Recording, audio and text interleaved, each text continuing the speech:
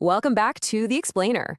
Okay, let's dive into this. Today, we are going to investigate and completely dismantle, literally tear down, everything you thought you knew about one of history's most infamous figures, Medusa.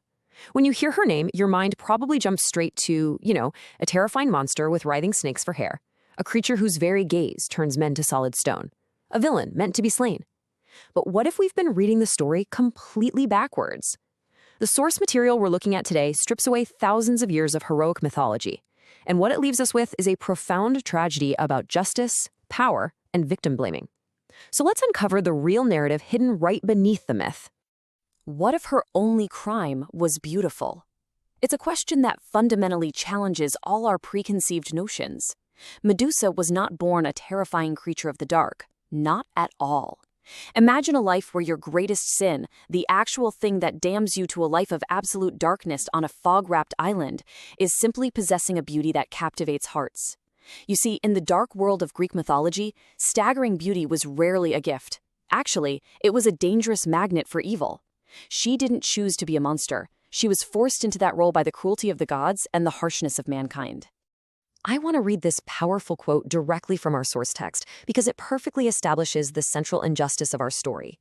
A woman stabbed in her honor, punished for crying in pain. Just sit with that for a second. This isn't the origin story of a villain. It is the tragic arc of a pure, innocent girl who suffered an unimaginable violation, only to have the entire world turn against her simply because she dared to weep for what she had lost. Section 1. Athena's Virgin Priestess. To really understand the depths of this tragedy, we have to look at the innocent reality of who Medusa actually was. We need that emotional contrast against the famous monster myth we all know. Before the hissing of snakes ever filled her ears, she was a vision of innocence and just breathtaking beauty. The texts describe her with hair that waved like threads of spun gold and eyes that radiated absolute purity and clarity. But she wasn't just beautiful, she was intensely devout. Out of the sheer purity of her heart, she dedicated her entire life to serving the temple of Athena, the goddess of wisdom. She was absolutely the most revered, the most beautiful virgin priestess among them all. Everyone spoke of her piety. She was this beacon of light, entirely unaware that the golden hair everyone praised would soon become the chain dragging her to the depths of hell.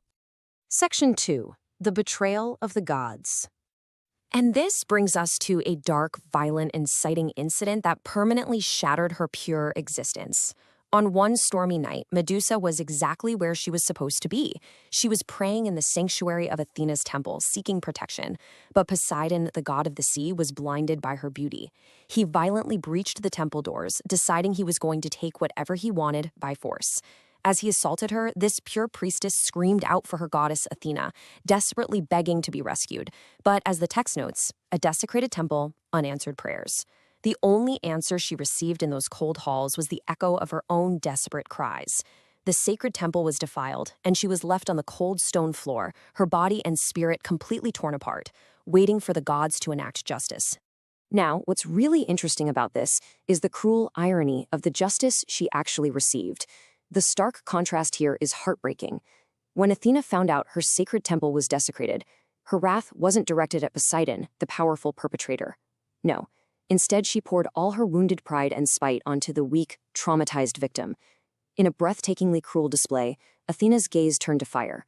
She cursed Medusa, transforming that soft golden hair into a chaotic mess of writhing, living snakes. Her soft skin hardened into cold reptilian scales, and those pure, clear eyes became dead stone, cursed to turn anyone who looked at her into solid rock forever. Athena's justice severely lacked mercy. She took a weeping priestess and turned her into a horrific mutant.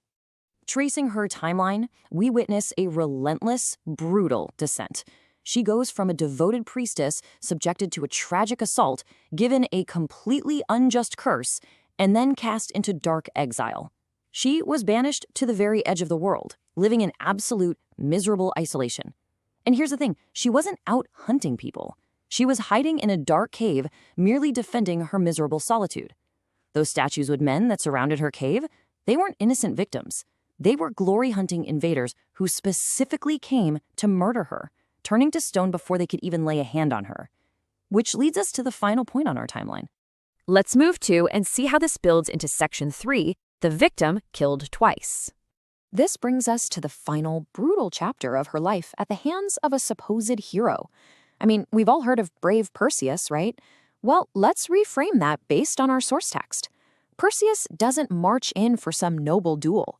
He sneaks through the shadows of her cave. He's literally too cowardly to look at her, so he navigates using a polished bronze shield gifted by Athena. And in the very split second that Medusa turns around to defend her home, he strikes her neck with his sword. This isn't a brave warrior conquering an evil beast. This is an opportunistic assassin striking down an isolated, deeply traumatized woman who was merely trying to survive in her own cave. As she fell to the ground, her long torment finally ended. The text describes this truly heartbreaking image, her blood flowing out, mixing with her final tears. In those last moments, she wept for a life that was stolen from her not once, but twice. First, she was completely robbed of her humanity and pureness by the gods. And second, she was physically murdered just so a false hero could claim a trophy for his own glory. Section 4. Who is the real monster? And this brilliantly illustrates how we need to take this classic Greek myth, completely flip the script, and draw a conclusion that really resonates today. A monster is not a creature with snakes for hair. A monster is anyone who betrays the innocent and punishes the broken. When we evaluate the story through this historical and empathetic lens, the physical appearance of Medusa fades away entirely, revealing the true ugliness of the characters around her. So the crucial point is that the true monsters of this story are abundantly clear.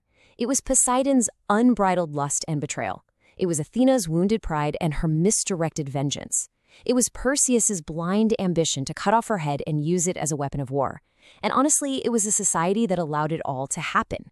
The gods in society maliciously manufactured this monster out of a purely innocent girl, and then they executed her for having the audacity to become the very thing they turned her into.